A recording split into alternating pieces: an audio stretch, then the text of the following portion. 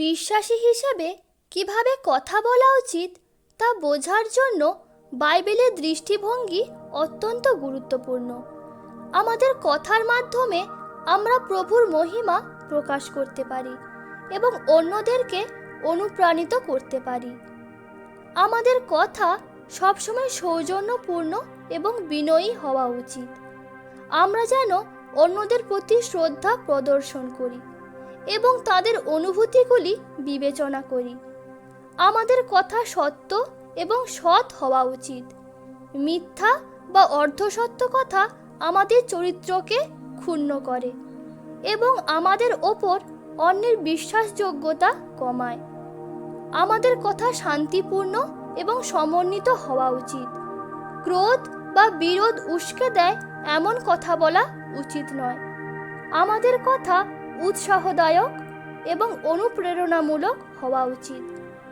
অন্যদের প্রতি সমর্থন এবং উৎসাহ দেওয়া আমাদের দায়িত্ব।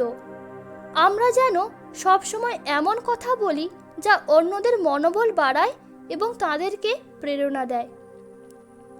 আমরা যেন আমাদের কথার মাধ্যমে প্রভুর প্রতি আমাদের বিশ্বাস এবং ভালোবাসা প্রকাশ করি, যা অন্যদেরকে প্রভুর কাছে আসতে উৎসাহিত করবে।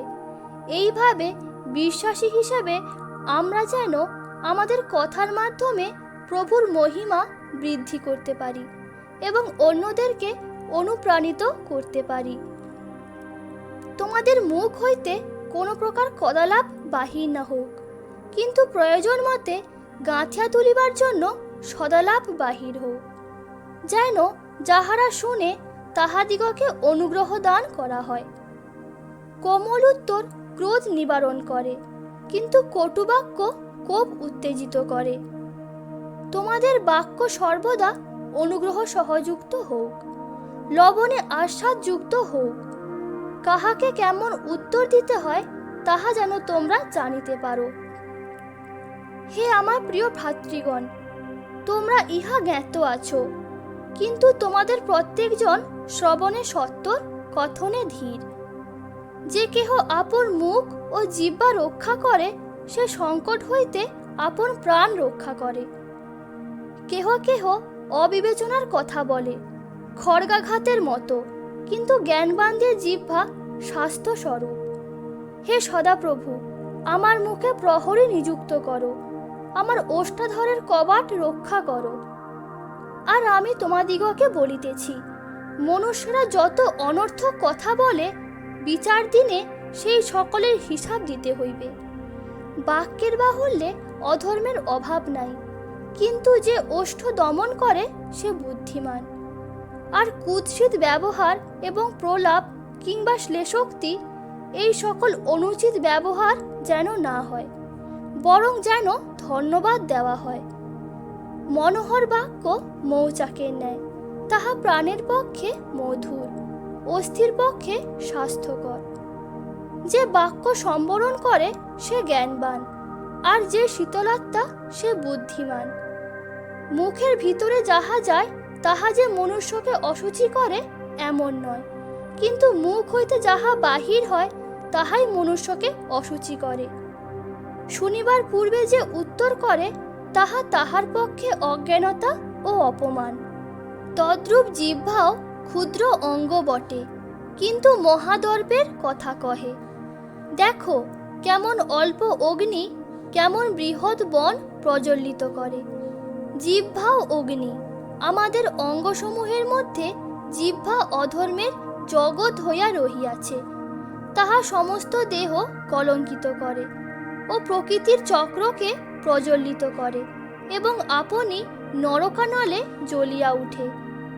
কারণ যে ব্যক্তি জীবন ভালোবাসিতে চায় ও মঙ্গলের দিন দেখিতে চায়, সে মন্দ হইতে আপন জিহ্বাকে, ছলনা বাক্য হইতে আপন ওষ্ঠকে নিবৃত্ত করুক। মরণ ও জীবন জিহ্বার অধীন। যাহারা তাহা ভালোবাসে তাহারা তাহার ফল ভোগ করিবে। হীন বুদ্ধি আপনার সমস্ত ক্রোধ প্রকাশ করে, কিন্তু জ্ঞানী তাহা সম্বরণ করিয়া প্রশমিত করে। যে মুখ সাবধানে রাখে সে প্রাণ রক্ষা করে, যে ওষ্ঠাধর খুলিয়া দেয় তাহার সর্বনাশ হয়। কারণ আমরা সকলে অনেক প্রকারে উছট খাই। যদি কেহ বাক্যে উছট না খায়, তবে সে সিদ্ধ পুরুষ, সমস্ত শরীরকেই বল্গা দ্বারা বশে রাখিতে সমর্থ। কাহারও নিন্দা না করে নির্বিরোধ ও ক্ষান্তশীল হয়। সকল মনুষ্যের কাছে সম্পূর্ণ মৃদুতা দেখায়। অবশেষে হে ভ্রাতৃগণ, যাহা যাহা সত্য, যাহা যাহা আদরণীয়, যাহা যাহা ন্যায্য, যাহা যাহা বিশুদ্ধ, যাহা যাহা প্রীতিজনক, যাহা যাহা সুখ্যাতিযুক্ত, যে কোনো সদ্গুণ ও যে কোনো কীর্তি হোক, সেই সকল আলোচনা করো। ধার্মিকের মুখ প্রজ্ঞা ফলে ফলবান, কিন্তু কুটিল জিহ্বা ছেদন করা যাইবে। জ্ঞানবানের মুখনির্গত বাক্য অনুগ্রহজনক, কিন্তু হীনবুদ্ধির নিজ ওষ্ঠ তাহাকে গ্রাস করে।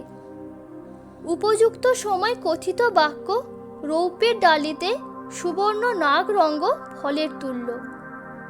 যদি আমি মনুষ্যদের এবং দূতগণেরও ভাষা বলি, কিন্তু আমার প্রেম না থাকে, তবে আমি শব্দকারক পিত্তল ও ঝমঝমকারী করতাল হইয়া পড়িয়াছি।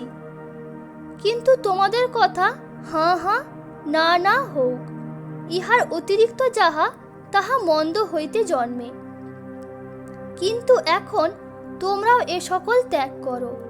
ক্রোধ, রাগ, হিংসা, নিন্দা ও তোমাদের মুখনির্গত কুৎসিত আলাপ।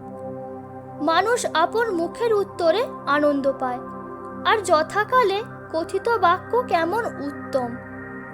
সর্বপ্রকার কটুকাটব্য, রোষ, ক্রোধ, কলহ, নিন্দা এবং সর্বপ্রকার হিংসেচ্ছা তোমাদের হইতে দূরীকৃত হোক। ধার্মিকের মন উত্তর করিবার নিমিত্ত চিন্তা করে, কিন্তু দুষ্টদের মুখ হিংসার কথা উদ্গার করে। আমার মুখের বাক্য ও আমার চিত্তের ধ্যান তোমার দৃষ্টিতে গ্রাহ্য হোক। হে সদাপ্রভু, আমার শৈল, আমার মুক্তিদাতা। প্রভু, সদাপ্রভু আমাকে শিক্ষাগ্রাহীদের জিহ্বা দিয়াছেন, যেন আমি বুঝিতে পারি কিরূপে ক্লান্ত লোককে বাক্য দ্বারা সুস্থির করিতে হয়। তিনি প্রভাতে প্রভাতে জাগরিত করেন, আমার কর্ণ জাগরিত করেন, যেন আমি শিক্ষাগ্রাহীদের ন্যায় শুনিতে পাই।